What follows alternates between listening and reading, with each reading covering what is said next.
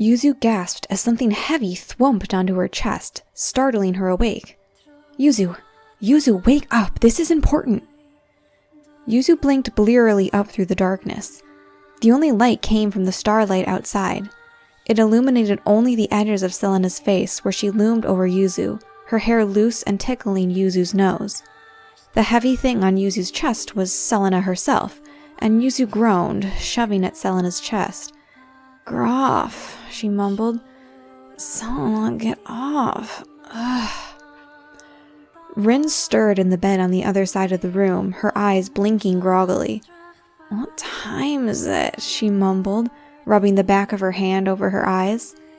Selena slid off of Yuzu and scurried over to Rin, shaking her shoulder. "You get up too! It's important, I promise!" "Fuck off," Rin groaned, pulling her pillow over her face. Yuzu wanted nothing more than to roll back over and press her own face into her pillow, but Selena's voice was uncharacteristically nervous, so she forced herself to sit up. Her head slumped briefly against her chest, and she tried to rub her eyes with the heel of her hand. Once she had some vague semblance of awakeness, she realized that Ruri was standing in the doorway, looking just as tired as Yuzu felt. Ruri shrugged at Yuzu's gaze. Clearly, she didn't know what her roommate was doing either. Selena managed to drag Rin up to a sitting position, although Rin actually hissed at her at least once. "Fuck," Rin moaned, swinging her legs over the side of the bed. "What's wrong?" "You have to see this, please," Selena said. "I'm not kidding. It really is important." Selena didn't get worked up over just anything, so... Yuzu groaned, but she slipped her own feet to the floor, wincing at the cold stone. She grabbed her slippers and pulled her shawl off the side of the bed to pull it over her shoulders. Rin shoved her hands under her armpits, looking like she was ready to strangle someone if they thought about touching her. Selena scurried ahead, darting past Ruri in the doorway and into the hall. 2 seconds later, she popped back, leaning in through the door with her eyes wide. "Come on," she hissed. "Come on." "Aren't we going to get in trouble for being out of bed this late?" Yuzu said. Ruri just shrugged helplessly. "She wouldn't let me go back to sleep either," she said, "but she wouldn't tell me what she was talking about until she got you two." "Why us?" Yuzu said, rubbing at her eyes again.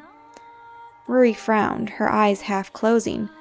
Clearly she hadn't thought about it either until now. It was one thing for Selena to drag Ruri all over the place.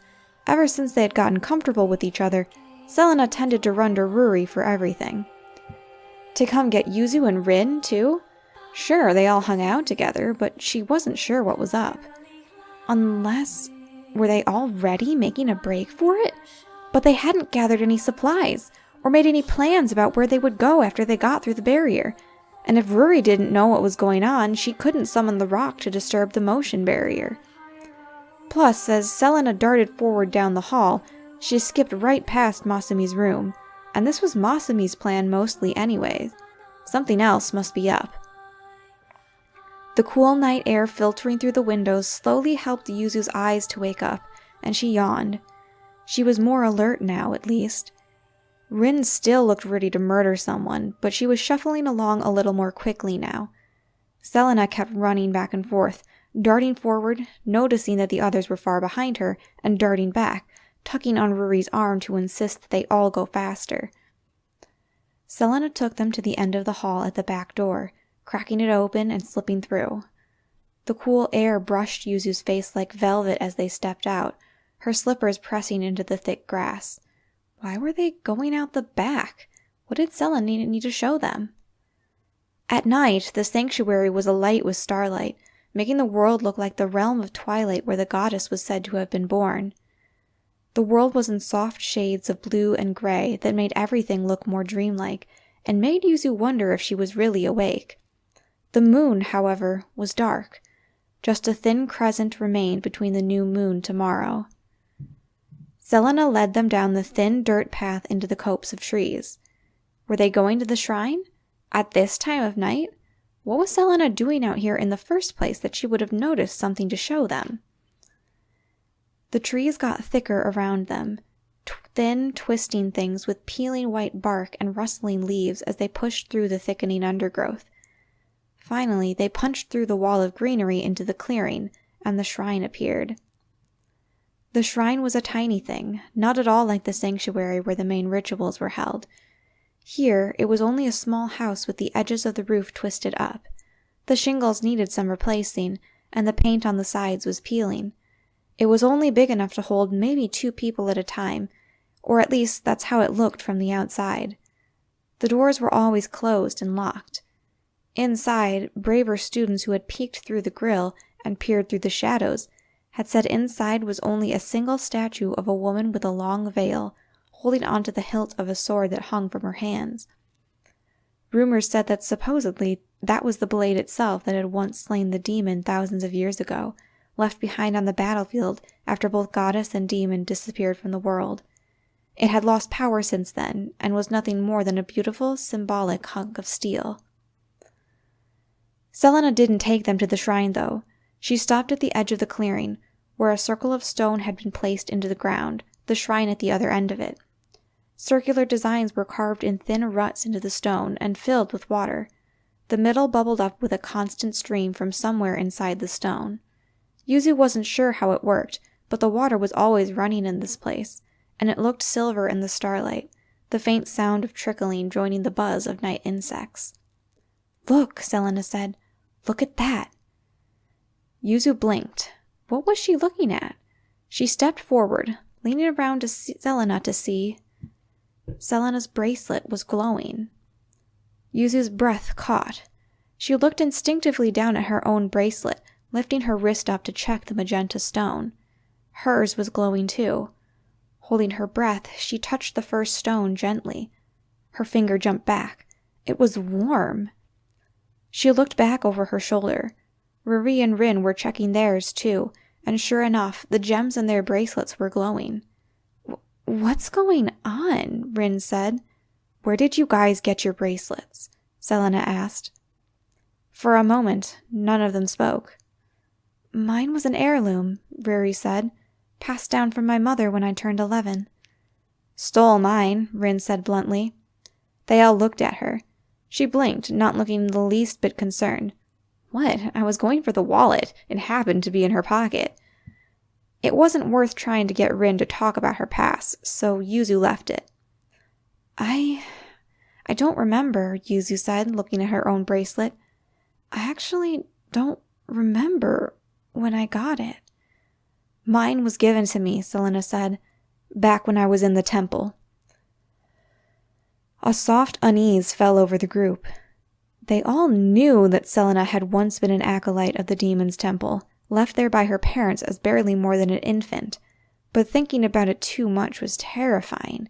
She had been there, inside the demon's temple itself. What would have happened to her if she had grown up there? "Who gave it to you?" Ruri said. Selena shook her head. "Never saw her face. She gave me this and told me to hang on to it, and then left without a trace." The starlight sparkled off of the water, and the 4 bracelets glowed. Yuzu bit her lip. What exactly was going on? "Why are they doing this now?" Rin said. And we're not the only ones wearing bracelets around here, Selena, so why did you only get us?" "Because I think it's just us," Selena said. "How do you know that?" Rin said. Selena looked down at the ground, biting her lip. I dunno," she said.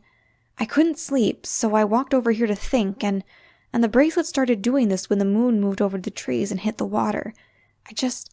I felt like it was you guys. I knew I had to go find you right away." "So it's just a hunch," Rin said, raising an eyebrow. Selena's hands curled into fists. "Yeah, it's just a hunch," Selena said.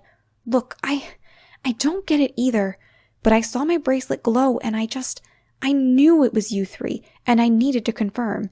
That's why I brought you over here. I needed to see if—" Something rustled in the bushes.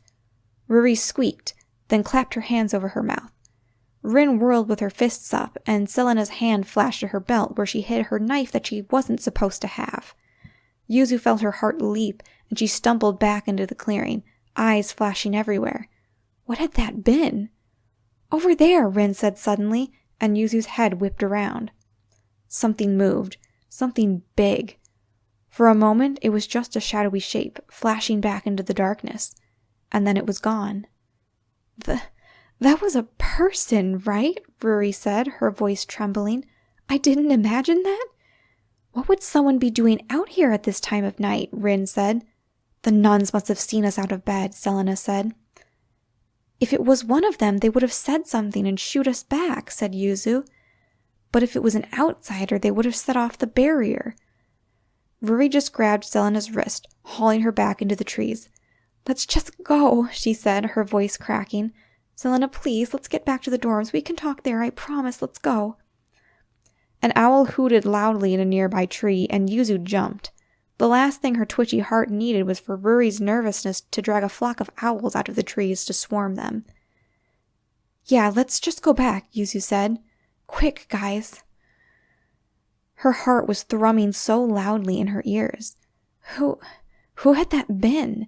Who was listening to them in the dark? Was it one of the other champion-elect? Had they seen them sneaking out and gone to tell on them? No, Yuzu didn't think so. She hadn't seen it very well, but it had seemed too big to be one of the kids their age. Still, her senses were raw by the time they finally escaped the woods, practically running the rest of the way to the dorms. Yuzu hauled the door open and shooed the others in ahead of there, glancing back at the trees to see if anything was there. Her breath caught. Was that a person-shaped shadow standing there at the edge of the woods, like someone in a long cloak, staring at her? Choking on an unreleased scream, Yuzu darted inside, pulling the door shut and almost slamming the bar across it to lock it. She pressed her hands to the door as she tried to catch her breath, feeling cold and shivering. Couldn't this have waited until morning? Rin huffed from where she had slid down against the wall.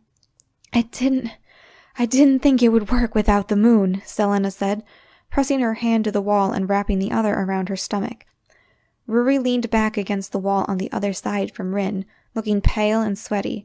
She glanced at her bracelet again, and Yuzu looked down at her own. They had stopped glowing. They looked as ordinary as ever. Yuzu lifted her wrist back up to let the bracelet slide down her arm, staring at the design. It looked like a pair of flowers, one on each side, both connected by two crisscross circles. The magenta gem rested in the center of each flower, but it looked dead and lifeless again, like any other gem. Flowers, Yuzu thought briefly. Like my blessing. Was that a connection? Come to think of it, Ruri's bracelet was a single circle, with feathers carved opposite each other and a golden diamond in between them. Her blessing was being able to summon birds. Rin's bracelet was a heavy, thick band carved with swirls and set with 3 green gems in the middle of the spirals, like gusts of wind. Her blessing was the ability to create breezes. Yuzu couldn't count the number of times Rin had used that ability to make Yuzu lose her papers while walking between lessons. And Selena's was just a large, round blue stone with a little circle affixed around it, one that could move back and forth across the face of the gem, almost like sectioning off parts of it like a moon phase. Selena doesn't know what her blessing is at all, Yuzu thought, bringing her eyes up to Selena. But in the moonlight, she just knew that she needed to find the rest of us. She wasn't sure how to phrase it, but she opened her mouth to the question she wasn't sure how to ask. Selena, however, talked over her. "I'm sorry," she muttered, looking down at the ground. I didn't know what I should do." Ruri shook her head. "No, I think something about that was important too," she said. She stared at her own bracelet, frowning. "Have any of your bracelets ever glowed like this before?" she said. Selena's eyes shifted. "Once," she said. "It was a long time ago." She swallowed. "It was when I saw the Demon Emperor." Yuzu's head jerked up, and Rin's and Ruri's eyes snapped to Selena too. You never said that before," Rin said, her face white. "You saw him?" "He was just a kid back then," Selena said, looking away. About my age. Selena's eyes half closed and her lips tightened. She didn't seem about to talk about any more on the matter. Yuzu clutched at her own heart, feeling a little sick. The demon was something she didn't like to think about. What was he like, even? Did he look human?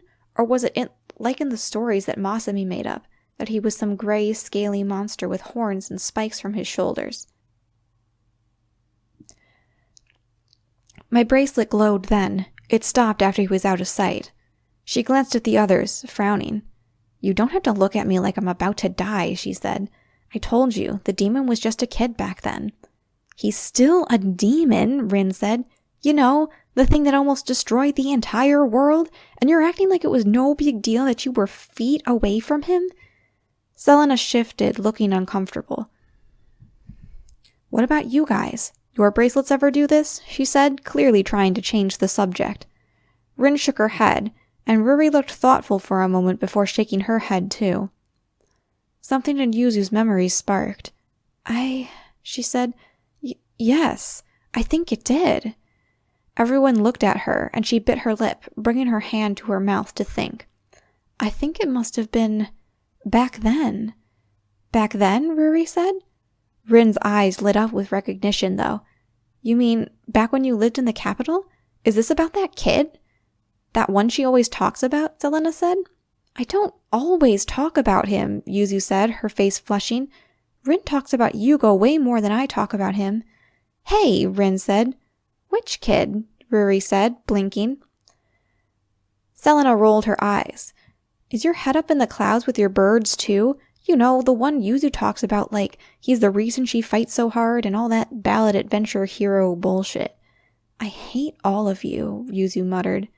Her mind, though, went back to him, that boy from all those years ago. She had been barely 9 years old. Back then, she and her father still lived in the capital. It was 2 days after the announcement that the demon's first awakening had occurred on the night of the eclipse. The final awakening would be in a few years, and then the demon would awaken fully and destroy the world as he had tried to all those years ago. Her father was talking to someone about paying for a carriage to smuggle him and Yuzu out of the capital. He wanted out after that announcement, and tensions were already high enough. Yuzu wandered away, down an alley, after a cat she had seen in the garbage, and she had come to the walls of the temple itself. She didn't know to be scared. Her father had never let her see the temple before then. She only knew whispers about a monster that lived somewhere in the city. That's when she had seen him.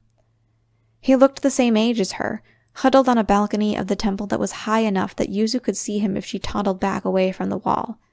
He must have been an acolyte, Yuzu thought in hindsight, hiding from the head priests. He looked so small from where she was, so scared, his hands gripped against his red and green hair, huddled in a ball and shaking, pressed up as hard as he could against the railings as though to hide from the doorway. Yuzu had tried calling to him, but he was far enough away that he couldn't hear her over the sounds of the city. She wanted to reach him, though. She wanted to see if he was okay. There was a black, dead tree curling up next to the balcony, the branches just barely too high for a boy his size to reach. Yuzu had found herself staring at that tree. That was the day her blessing emerged. The boy's head had snapped up at the movement out of the corner of his eye. He reached up. The fear suddenly wiped away as he reached wonderingly towards the tree, which was suddenly alight with blossoms. One of the blossoms spiraled down from the tree, landing in his outstretched hand. He looked at it with such wide, wondering eyes. And then he had smiled. It was like the fear had vanished out of him. Only moments after that, Yuzu's father had found her, panicking, just in time to see 3 priests swarming on the balcony and dragging the boy, kicking and screaming, back inside the temple, priests shouting that the tree needed to be cut and burned immediately. So quickly. The boy's smile had vanished so quickly. That was the kind of world that the demon had made. Yuzu wanted to save him. The boy was probably still there in the temple, being forced to train as an acolyte. He was probably still lost and scared. She wanted to make him smile again. She wanted to fight and end this war, to make the world a happier place again, so that no one would have to be scared anymore. "I think it might have glowed when my blessing worked for the first time," Yuzu said. "It was so long ago, though, I can't quite remember." I don't see a connection between the 3 events that we can confirm, Ruri said. What would cause our bracelets to react like that? Being close to the demon? Rin said. Yuzu was by the temple when hers did it, and Selena was feet away from the monster. But that would mean... Ruri said, looking at the floor. Silence followed her words. It took Yuzu half a second for Ruri's implication to sink in, and then she felt the color bleach out of her face. That would mean that the demon had been close to them tonight. Was that the shape in the woods? Was that what was watching us tonight? There's no way, Rin said, her voice actually shaking very softly. The barriers would have alerted the nuns. That thing we saw moving was too big, Selena said. I told you, the demon is like our age. That thing looked like an adult. It's a fucking demon, Selena. Do you think it grows like a person? Rin said. Shh, Rin said, and they all fell silent. I think we need to go back to our rooms. Shouldn't we tell someone about the thing we saw? Yuzu said. We'd have to admit that we were out of bed after hours, Ruri said, looking down at the floor.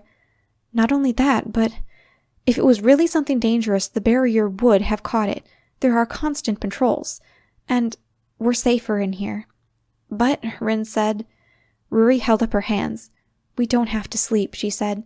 But we'd do better if we waited at least until morning. The world will look clearer then. Yuzu shuddered in spite of herself, twisting her bracelet around her wrist.